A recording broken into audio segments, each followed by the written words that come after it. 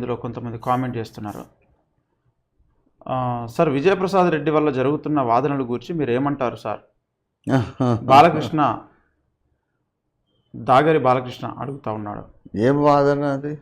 ఇప్పుడు ఆయన జై శ్రీరామ్ అంటూ నినాదాలు చేస్తున్నాడు.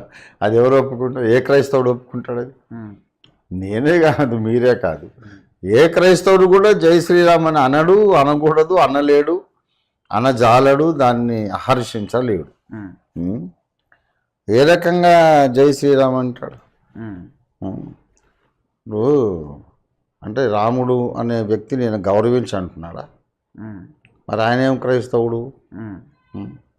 జై క్రీస్తు అను, జై మసీకి అను, అంతేగాని వాళ్ళు ప్రైజ్ ద లార్డ్ అన్నారు అని కనుక నేను జై శ్రీరామ్ అన్నాను. నన్ను గౌరవించి వాళ్ళు ప్రైజ్ ద లార్డ్ అన్నప్పుడు వాళ్ళని గౌరవించి నేను జై శ్రీరామ్ అనడంలో ఏం తప్పులేదు కదా అని వాదిస్తున్నాడు ఆయన. అది వెరీ రాంగ్ లాజిక్, అది రాంగ్ ఆర్గ్యుమెంట్. అది ఆయన ప్రైజ్ ద లార్డ్ అన్నాడు అని అంటే అక్కడ ప్రైజ్ జీసస్ అనలేదు. అవును. ఇప్పుడు మనకి హిందూ సాంప్రదాయంలో చైతన్య మహాప్రభు అనేటాన్ని ఉన్నాడు. హిందువులు కూడా దేవుణ్ణి ప్రభు అనే పదంతో పిలుస్తారు. భక్తి వేదాంత ప్రభుపాదులు అని ఉన్నారు. ఇది మన ఇస్కాన్ ఫౌండర్. కనుక ప్రభు అనే మాట జనరల్ మాట. అది ప్రభు అని అంటే భగవంతుడిని అన్ని మతాల వాళ్ళు అలాగ ప్రభు అంటారు. ఆయన ప్రైజ్ ద లార్డ్ అన్నాడు. నువ్వు ప్రైజ్ ద లార్డ్ అని, ప్రైజ్ గాడ్ అను నువ్వు, అంతేగాని పర్టికులర్గా ఒక డైటీ నేమ్ నువ్వు తీసుకొని ఎట్లాగానంట. ఆయన ప్రైజ్ జీసస్ క్రైస్ట్ అనలేదు కదా. ఆయన ఒకవేళ నువ్వు జై శ్రీరామ్ అంటే ఆయన జై క్రీస్తు అనేది ఉండే కనుక వీళ్ళకు సరైన లాజిక్ లేదు. వీళ్ళకు లాజిక్ ఉండదు, వాళ్ళకి సంఘాలు ఉండవు, వాళ్ళతో రక్షింపబడ్డోళ్ళు ఉండరు.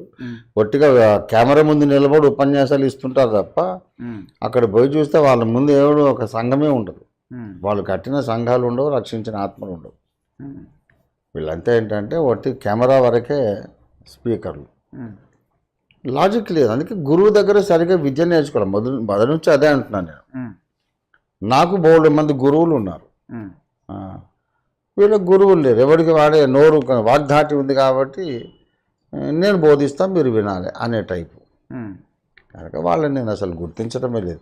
యేసు ప్రభువులో ఆదాము రక్తం ఉంది అన్న తర్వాత ఇక ఆయన క్రైస్తవుడు ఎట్లా? యేసు ప్రభు దేవుడే కాదన్న తర్వాత క్రైస్తవుడు ఎట్లా? తండ్రిని మనం ఆరాధించాలా, కుమారుణ్ణి కాదు మాట్లాడుతున్నారు ఇప్పటికి కూడా. కాబట్టి అదంతా కూడా గలత్. అసలు క్రైస్తవులుగా గుర్తించు. క్రైస్తవులే కాదని కదా మొదటి నుంచి నేను చెప్తున్నాను. వాళ్ళు క్రైస్తవులే కాదు, వాళ్ళ గురువు కూడా వాళ్ళ అతను క్రైస్తవుడే కాదు. మరి ఇప్పుడు బైబిల్ని గురించి మాట్లాడుతూ బైబిల్లో ఉన్న విషయాలను, యేసుక్రీస్తు యొక్క ఔన్నత్యాన్ని గురించి పొగుడుతూ మెసేజ్లు చేస్తే ఎలా చూడాలి? అదే మోసం. మరి యేసు చాలా గొప్పవాడు, ఉన్నతుడు, అది ఇదని, ఆయన దేవుడు కాదు అని. ఇప్పుడు ఫర్ ఎగ్జాంపుల్ మనం మోడీ గారి దగ్గర పోయి మీరు చాలా అందగాళ్ళండి, మీ సూట్లు బాగున్నాయి, మీ గడ్డం బాగుంది, మీ క్రాఫ్ బాగుంది, మీ జ్ఞానము, మీ వాగ్ధాటి అంతా బాగుంది, కానీ మీ ప్రైమ్ మినిస్టర్ కాదు, మీరు you are not the prime minister. మీరు చాలా అందంగా ఉంటారు, బాగా మాట్లాడతారు, కానీ I don't recognise you as the prime minister అంటే ఎట్లా ఉంటుంది? వాళ్ళు చెప్పేది అట్లే ఉంది. యేసు చాలా గొప్పడు కానీ దేవుడు కాదని. అది ఎందుకు వాక్యం ఉండను, వాక్యం దేవుడై ఉండను, ఆ వాక్యమే దేవుడై ఉన్న వాక్యమే శరీరధారిగా భూమి మీదకి వచ్చాడు. ఇంకా దేవుడు కాదనడం ఏంటి? అసలు వాళ్ళ వాక్య సారాంశమే సత్యం అనే పాయింటే తెలియదు. వాళ్ళకి అనుకూలంగా ఉన్నటువంటి కొన్ని వచనాలు తీసుకుంటారు. బైబిల్లో ప్రతి వచనం కూడా దానికి కనెక్టెడ్గా ఉన్న వచనాలు అన్నిటి సారం తీసుకొని అప్పుడు సిద్ధాంతాన్ని మనం ఫైనలైజ్ చేసుకొని స్థిరపరచాలనేది కాన్సెప్టే వాళ్ళకి లేదు. అసలు ఏబిసిడీలే రాదు. వాళ్ళు క్రైస్తవులు ఏంటి అని మాట్లాడుతూ ఒక మాట అన్నాడు సార్. వాళ్ళు రామనవమి యొక్క పండుగ చేస్తున్న సందర్భంలో, జయంతి సందర్భంలో ఆ జెండాలన్నీ కడుతూ వీళ్ళు ఇంటికి కూడా కట్టారట. కట్టినప్పుడు ఈయన ఏమనలేదట. అట్లా ఇప్పుడు ఆసరాగా నేను ఏమనలేదు, కట్టుకోనివ్వండి ఏమవుతుందని అన్నాడు. మరి అదే వాళ్ళు ఆసరాగా తీసుకొని అందరి క్రైస్తవుల ఇండ్ల మీద, ఆఖరికి చర్చిల మీద కూడా కడితే పరిస్థితి ఏంటి? అట్లా కడుతున్నారు. చాలా చర్చిల మీద కాషాయ జెండాలు కట్టారు వీళ్ళు. మనోళ్ళు మళ్ళీ తర్వాత దాన్ని తీసేసుకున్నారు. ఉమ్, ఒప్పుకోలేదు, వీళ్ళు దౌర్జన్యంగా చేశారు. ఉమ్, కానీ ఆయన స్టాండర్డ్ కాదండి, క్రైస్తవ సమాజానికి ప్రతినిధి కాదు, అసలు క్రైస్తవుడే కాదు.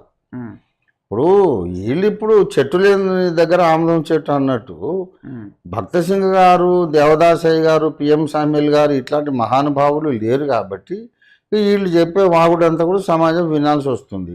ఉమ్, వీళ్ళు భక్త్ సింగ్ గారి ముందు కానీ, దేవదాసయ్య గారి ముందు కానీ, పిఎం సామ్యుల్ గారి ముందు కానీ, ఇంకా చార్ల్స్ స్పర్జన్ గారు, ఈఎం బౌన్స్ గారు, ఆస్వాల్డ్ జే స్మిత్ గారు, ఏడబ్ల్యూ టోజర్ గారు, ఇలాంటి మహామహులు ఉన్నారు. ఉమ్, వాళ్ళ ముందు నిలబడడానికైనా కనీసం ఏదన్నా అసలు రికగ్నిషన్ అని ఉంటుంది వీళ్ళకి. ఉమ్, ఎవరు దేకడు వీళ్ళని అసలు. ఉమ్, వాళ్ళు self appointed, self proclaimed leaders and preachers వాళ్ళు. ఉమ్, ఇటువంటి వాళ్ళు ఉంటారు కాబట్టే మరి క్రీస్తు న్యాయపీఠం ముందు ప్రతి వారి బోధ, సేవ ఉమ్. అగ్నితో పరీక్షించబడుతుంది. ఇట్లాంటి వాళ్ళు ఉంటారు కాబట్టి. ఓకే, అయితే ఇలాంటి వారి వాగ్దాటిని బట్టి చాలా మంది మోసపోయే ప్రమాదం విశ్వాసుల తప్పది. ఉమ్, వాగ్దాటిని బట్టి ఎవరిని అంగీకరించొద్దు, మీరు లేఖనాలతో పరిచయం కలిగి ఉండాలి. ఉమ్, ఉమ్, అది దేవుడు చెప్పే మాట. ఉమ్, ప్రతి క్రైస్తవ విశ్వాసి లేఖనాలతో సంపూర్ణంగా పరిచయం కలిగి ఉండాలి. యెహోవా ధర్మశాస్త్రమందు ఆనందిస్తూ దివారాత్రములు దాన్ని ధ్యానించాలి. దేవుని వాక్యాన్ని ధ్యానించి పరిశోధించి అక్కడ ఉన్నటువంటి సారాంశాన్ని వీళ్ళు జీర్ణం చేసుకొని ఉంటే గనక బెరయ విశ్వాసులలాగా పౌలు శీల చెప్పిన సంగతులు అలా ఉన్నవో లేవో ప్రతిదినము లేఖనములను పరిశోధించి చూసిరి. అపొస్తలుల కార్యాలు 17:11. ప్రతి క్రైస్తవ విశ్వాసి ఒక బెరయన్ బిలీవర్ కావాలి. బెరయ విశ్వాసిలాగా ఉంటే అప్పుడు వీళ్ళ పప్పులు ఉడకవు. కానీ విశ్వాసుల ముందు లేఖనాలను చదవరే.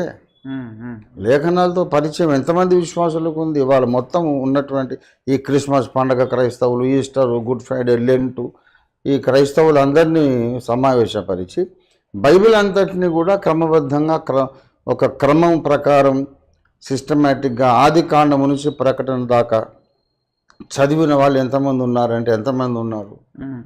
Very few. అలా చదవమని బోధకుడు కూడా ఎంకరేజ్ చేయరు. విశ్వాసులు బాగా బైబిల్ చదివితే మళ్ళీ నేను వాళ్ళ ముందు చలామణి కాలేనేమో అనేది వీళ్ళకి ఇన్సెక్యూరిటీ బోధకులు.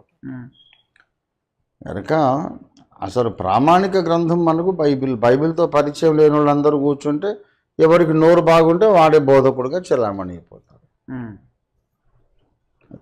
Okay sir, okay.